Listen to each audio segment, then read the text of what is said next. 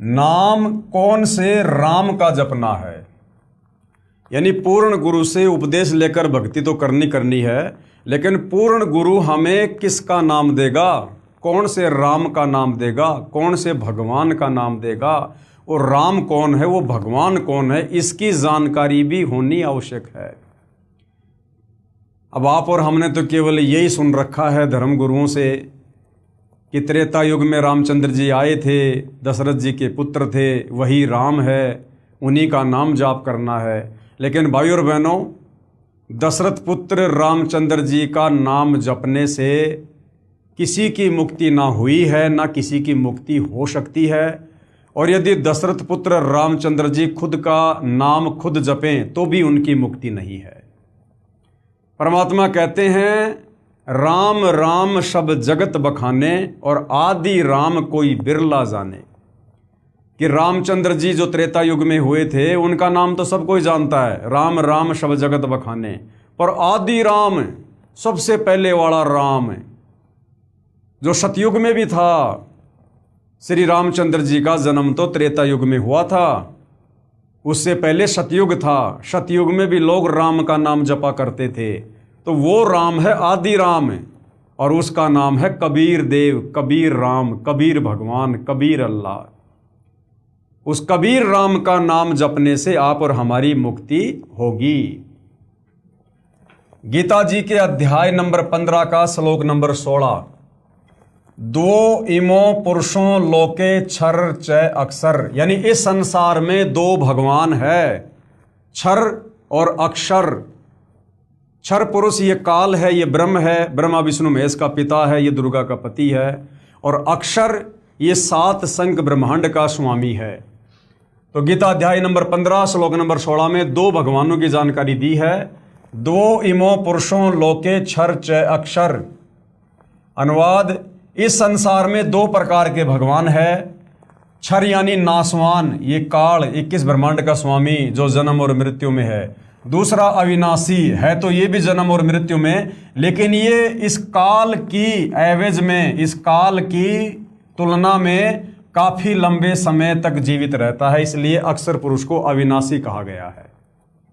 संपूर्ण भूत प्राणियों के शरीर तो नाशवान है, यानी इन दोनों के लोक में, इस नाशवान भगवान काल के 21 ब्रह्मांड में जैसे आप और हम हैं, और ये जो अविनाशी है अक्षर पुरुष, इसके 7 संख्य ब्रह्मांडों में जितनी भी आत्मा है, जितने भी प्राणी हैं, उनके शरीर तो सबके नाशवान है, हम सबके शरीर नष्ट होंगे, लेकिन जीवात्मा सबकी अविनाशी है। जीवात्मा चाहे नाशवान भगवान काल के लोक की हो या चाहे अविनाशी अक्षर पुरुष के लोक की हो, जीवात्मा किसी की भी नहीं मरती है, परंतु शरीर सबके अविनाशी हैं। इस संसार में 2 प्रकार के भगवान हैं, नाशवान यानी काल और अविनाशी यानी अक्षर पुरुष। और ये संपूर्ण भूत प्राणियों के शरीर तो नाशवान है और जीवात्मा अविनाशी कहा जाता है।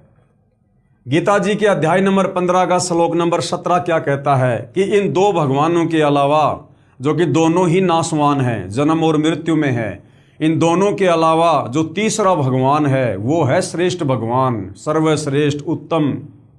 तो गीता जी अध्याय 15 का श्लोक नंबर 17 क्या कह रहा है, उत्तम पुरुष तु अन्य परमात्मा इति उदाहरते। अनुवाद, उत्तम भगवान तो अन्य ही है, इस नाशवान और अविनाशी से उत्तम भगवान तो परमात्मा कहते हैं, कोई अन्य ही है। उत्तम पुरुष तु अन्य परमात्मा इति उदाहरते, ये लोक तरम अवश्य विभर्ति अवय ईश्वर है। उत्तम भगवान तो अन्य ही है। कौन है वो उत्तम भगवान? कबीर देव, कबीर साहेब, जिसको परम अक्षर ब्रह्म भी कहते हैं। उत्तम भगवान तो अन्य ही है, जो तीनों लोकों में प्रवेश करके सबका धारण पोषण करता है, एवं अविनाशी परमेश्वर परमात्मा इस प्रकार कहा जाता है। ये जो नाशवान भगवान है काल, ये भी जन्म और मरण में, और ये जो अक्षर पुरुष है जिसको अविनाशी कहा गया है, ये भी जन्म और मरण में।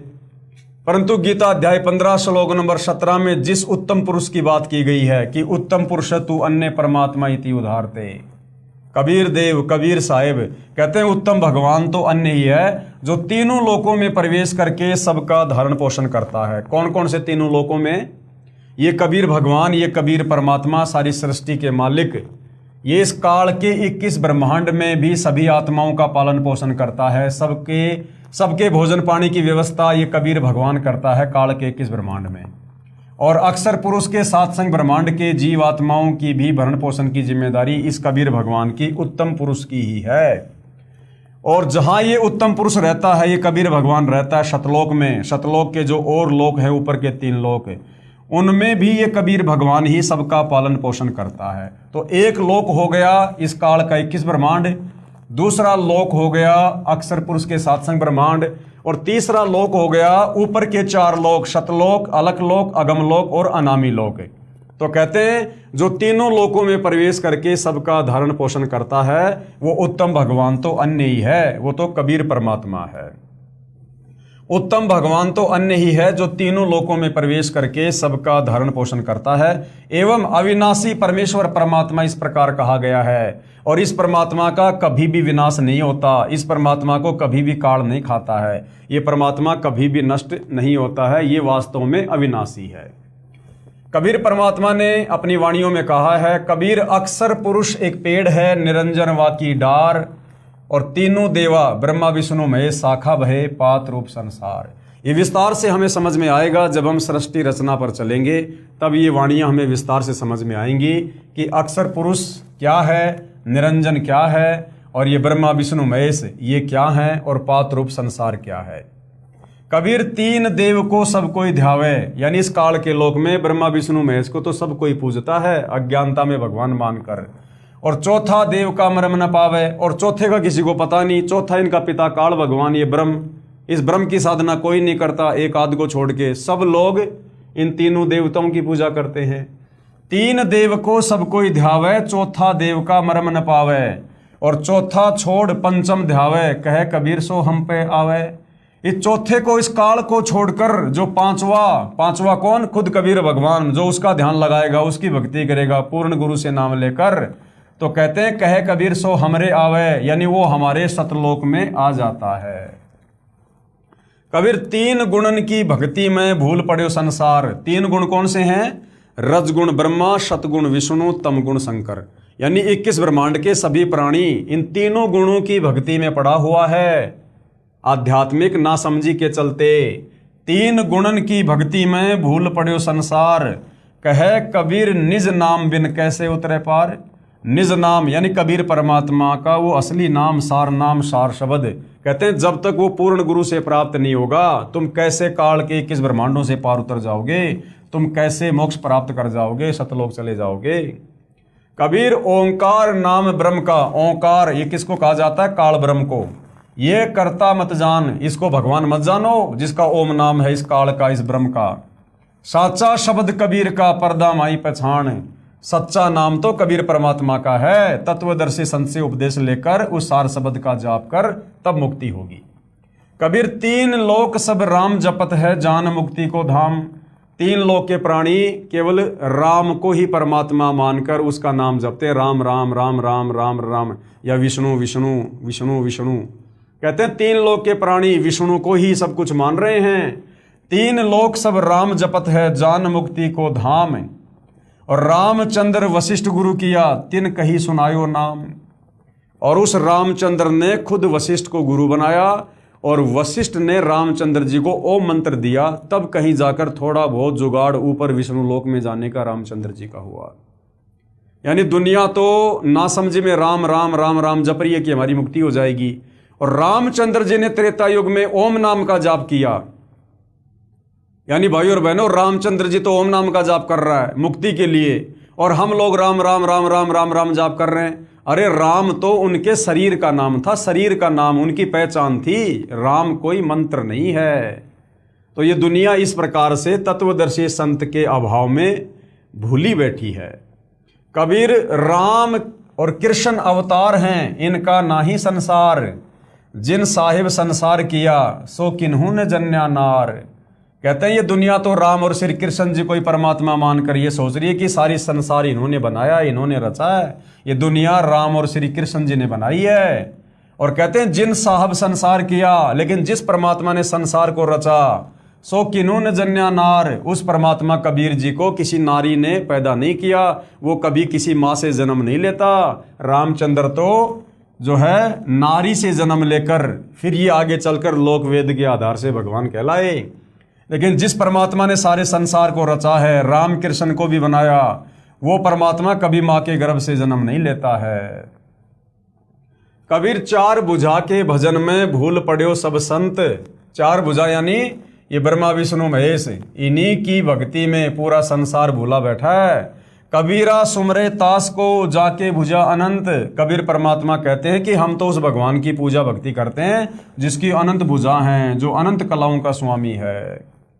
कबीर वशिष्ठ मुनि से तत्वेता ज्ञानी, शोध कर लगन धरे, और सीता हरण मरण दशरथ को बण बण राम फिरे। यानी भाई और बहनों, रामचंद्र जी ने त्रेता युग में जिस वशिष्ठ ऋषि को अपना गुरु बनाया था, पूज्य गुरुदेव भगवान उसकी समर्थता बता रहे हैं। विष्णु जी जो रामचंद्र रूप में धरती पर आए, जिन्होंने वशिष्ठ को अपना गुरु बनाया, गुरु तो बहुत थे लेकिन वशिष्ठ ऋषि को अपना गुरु बनाया। कहते हैं जब रामचंद्र जी की शादी होने वाली थी तो वशिष्ठ मुनि ने ये कहकर शादी रुकवा दी कि अभी शुभ मुहूर्त नहीं है, और वशिष्ठ मुनि ने अलग से मुहूर्त निकाला और कहा कि इस मुहूर्त में यदि राम सीता की शादी होगी वे आजीवन सुखी रहेंगे। तो परमात्मा कहते हैं वशिष्ठ से तत्वेता ज्ञानी और शोध कर लगन धरे, बहुत सोच समझ के ग्रह नक्षत्र देखकर वशिष्ठ मुनि ने रामचंद्र जी की शादी की डेट तय की थी और ये कहा था कि इनके जीवन में अब कभी कोई कष्ट कोई दुख नहीं आएगा। लेकिन क्या हुआ? सीता हरण मरण दशरथ का बण बण राम फिरे। और फिर कैसी दुर्गति हुई? शादी के बाद सीता जी का अपहरण हुआ, यानी रामचंद्र जी को 14 वर्ष का वनवास हुआ, वनवास में सीता जी का हरण हुआ, और उधर जब रामचंद्र जी को वनवास हुआ तो राजा दशरथ अपने महल की छत से नीचे गिरकर अकाल मृत्यु को प्राप्त हो जाते हैं, यानी कष्ट ही कष्ट, संकट ही संकट। तो गुरुदेव भगवान कहते हैं कि भैया जब तक हम वास्तव में तत्वेता ज्ञानी तत्वदर्शी संत की शरण में नहीं आएंगे, जब तक हम पूर्ण गुरु की शरण में आके भक्ति नहीं करेंगे, तब तक हमारी आत्मा को उद्धार नहीं हो सकता, हमारे भविष्य में आने वाले संकटों का समाधान नहीं हो सकता है। कबीर समुद्र पाट लंका गए सीता को भरतार, और ताही अगस्त मुनि पी गयो इनमें कौन करतार। गुरुदेव कह रहे कि नादानो, अगर तुम इसी बात को लेकर श्री रामचंद्र जी को परमात्मा मान रहे हो कि भाई श्री रामचंद्र जी ने अपनी सेना को पार करने के लिए समुद्र के ऊपर पुलिया बना दिया, तो पहली बात तो ये पुलिया श्री रामचंद्र जी के प्रयासों से नहीं बना, ना हनुमान जी के प्रयासों से बना, ना किसी नल और नील के प्रयासों से बना। इसकी भी एक लंबी कहानी है, सतगुरु रामपाल जी ने अपने प्रवचनों में बता रखी है। त्रेता युग में कबीर परमात्मा मुनिंदर ऋषि नाम से आए हुए थे और काल के साथ परमात्मा जी का वचन था। उस वचन के तहत कबीर परमात्मा ने एक पहाड़ के पत्थरों को हल्का कर दिया था अपनी शक्ति से, अपने वचन से। उन पत्थरों से फिर वो समुद्र के ऊपर पुलिया बनाया गया था। तो भाई और बहनों, अगर इसी बात से नादान लोग श्री रामचंद्र जी को भगवान मान रहे हैं, परमात्मा मान रहे हैं कि इन्होंने समुद्र के ऊपर पुल बनाकर सेना को पार कर दिया, तो गुरुदेव भगवान कह रहे हैं इस आधार से भी ये भगवान नहीं, क्योंकि ऐसे ऐसे चमत्कार तो बहुत सारे कर चुके हैं, बहुत हो चुके हैं। गुरुदेव कह रहे हैं कि एक अगस्त नाम का ऋषि था, अगस्त नाम का ऋषि, ताही अगस्त मुनि पी गयो इनमें कौन करतार। एक अगस्त ऋषि था और उसमें एक सिद्धि थी। उस सिद्धि के बलबूते पर अगस्त ऋषि ने एक घूंट में 7 समुद्रों का पानी पी लिया था। और उसके बाद में जब देवी देवताओं ने प्रार्थना की, समुद्र ने प्रार्थना की कि ये भगवान ये तो अनर्थ हो जाएगा, अरबों खरबों जीव मर जाएंगे, दोष आपको लगेगा। उसके बाद अगस्त ऋषि ने उस पानी की उल्टी कर दी, वापस 7 समुद्र ऐसे के ऐसे जलमग्न हो गए। तो गुरुदेव भगवान कहते हैं कि तुम तो केवल इसी आधार से रामचंद्र जी को करतार मान रहे हो, परमात्मा मान रहे हो कि उन्होंने समुद्र के ऊपर एक पुलिया बना दिया, अगस्त ऋषि ने तो 7 समुद्रों को एक घूंट में खाली कर दिया था, तो तुम्हारे रामचंद्र जी से बड़ा तो फिर वो अगस्त ऋषि हुआ। तो गुरुदेव कह रहे कि नादानों, पहले ज्ञान को समझो, अच्छे से अध्यात्म को समझो और पूर्ण गुरु से उपदेश लेकर भक्ति शुरू करो, उससे तुम्हारा बेड़ा पार होगा। वो 7 समुद्रों को पीने वाला अगस्त ऋषि भी कहीं गधे कुत्ते सुअर की योनि में पड़ा होगा, क्योंकि मानव जन्म में भक्ति करके उसने सिद्धियां प्राप्त कर ली, और सिद्धियों को दिखा दिखा के, किसी को लाभ देके, किसी की हानि करके, किसी को श्राप देके, किसी को वरदान देके अपनी बैटरी को डिस्चार्ज कर लिया। उसके बाद वो भी लग 84 योनि में, नरक में। तो पूर्ण मुक्ति तो पूर्ण गुरु की शरण में आकर ही होगी। कबीर गोवर्धन श्री कृष्ण जी उठाया और द्रोणागिरी हनुमंत, शेष नाग सब सृष्टि उठाई, इनमें कौन भगवंत। दूसरा, अध्यात्म से अपरिचित लोग ये कहते हैं कि भाई श्री कृष्ण जी इसलिए भगवान हैं क्योंकि उन्होंने गोवर्धन पर्वत को उठाया, और हनुमान जी को हम इसलिए महान मानते हैं, भगवान मानते हैं कि उन्होंने द्रोणागिरी पहाड़ को उठाया और लंका में ले गए। तो परमात्मा जी क्या कह रहे हैं कि नादानो, वैसे तो तुम्हें आध्यात्मिक ज्ञान नहीं है कि वो द्रोणागिरी पर्वत और गोवर्धन पर्वत ना तो तुम्हारे हनुमान ने उठाया और ना तुम्हारे श्री कृष्ण ने उठाया। ये सारे खेल कबीर परमात्मा जी के थे। जब आप सतगुरु रामपाल जी के सत्संग सुनेंगे तब समझ में आएंगे। लेकिन इस धारणा का भी परमात्मा खंडन कर रहे हैं कि मात्र तुम इस कारण से श्री कृष्ण जी को भगवान का दर्जा दे रहे हो कि श्री कृष्ण जी ने गोवर्धन पहाड़ को उठा लिया था और हनुमान जी ने द्रोणागिरी पहाड़ को उठा लिया था। तो परमात्मा कहते हैं कि तुम ही लोग कहते हो कि शेष नाग ने तो सारी सृष्टि को अपने फन के ऊपर उठा रखा है, जिसके ऊपर तुम्हारा गोवर्धन पर्वत भी है, तुम्हारा द्रोणागिरी पर्वत भी है, और भी बहुत सारे पर्वत हैं। इन सबको तुम्ही के अनुसार, तुम्हारे लोकवेद के अनुसार शेष नाग ने अपने फन के ऊपर सारी पृथ्वी, सारी सृष्टि को उठा रखा है। तो बताओ फिर सबसे बड़ा भगवान कौन? हनुमान जी हुआ, श्री कृष्ण हुआ, या वो शेषनाग हुआ जिसने सारी सृष्टि को उठा रखा है? तो भाई और बहनों, परमेश्वर अपना सत्य ज्ञान देकर हमारी भ्रमणाओं का खंडन करते हैं। वैसे गुरुदेव ने बताया कि ये केवल लोकवेद है। शेषनाग ने अपने फन के ऊपर कोई सृष्टि नहीं उठा रखी है। ये सृष्टि, ये पृथ्वी, ये चंद्रमा, ये सूरज, ये तारे, ये खंड, ये पिंड, ये ब्रह्मांड, ये कबीर भगवान के वचन से ये अपनी अपनी जगह स्थिर है, घूम रहे हैं। ये परमात्मा की शक्ति से चलायमान है। गरीब दुर्वासा कोपे तहां, समझ न आई नीच, 56 करोड़ यादव कटे, मची रुधिर की कीच। कबीर काटे बंधन विपत में, कठिन किया संग्राम, चीनोरे नर प्राणियों, गरुड़ बड़ों के राम। अब जो लोग श्री रामचंद्र जी को ही भगवान मानते हैं, बड़ा मानते हैं, तो कबीर परमात्मा उनकी भ्रमणाओं का खंडन कर रहे हैं कि काटे बंधन विपत में, कठिन कियो संग्राम। जब तुम्हारे श्री रामचंद्र जी अपने भाई लक्ष्मण, हनुमान, जामवत, अंगद, बड़े बड़े योद्धा और करोड़ों की सेना सहित जब लंका में पहुंच गए और राम रावण युद्ध शुरू हो गया, तो कहते हैं कि उस समय श्री रामचंद्र जी सहित पूरी सेना को, जिसमें हनुमान, जामवंत, अंगद और सुग्रीव, इन सब को एक सिद्धि से नाग फांस में बांध दिया गया। नाग फांस में यानी सबके शरीर के चारों तरफ सर्प लिपट गए, सबको बांध दिया जैसे ईख को रस्सी से बांध दिया जाता, टस से मस नहीं हो रहे। और उस समय श्री रामचंद्र जी ने अपने वाहन, अपनी सवारी गरुड़ पक्षी का सुमरण किया। गरुड़ पक्षी आया और उसने अपनी चोंच से, अपनी सिद्धि शक्ति से बहुत सारे रूप बनाए, लाखों और करोड़ों, और सभी नागों को, सर्पों को अपनी चोंच से काट काट के, मार मार के तुम्हारे भगवान श्री रामचंद्र जी को बंधन मुक्त किया। तो बताओ फिर भगवान कौन हुआ, परमात्मा कौन हुआ? तुम्हारे रामचंद्र जी जो बंधन में बंधे हुए थे, या वो गरुड़ पक्षी जिसने तुम्हारे भगवान रामचंद्र जी को बंधन मुक्त किया? तो परमात्मा कहते हैं कि ये केवल सुनी सुनाई बातों के आधार पर तुम इनको भगवान मान के बैठे हो। असल में तो दुनिया को भगवान की परिभाषा का भी नहीं पता कि वो भगवान कौन है, जो सबके संकट हरता है, सबके कष्ट हरता है, सबकी विपत्ति हरता है।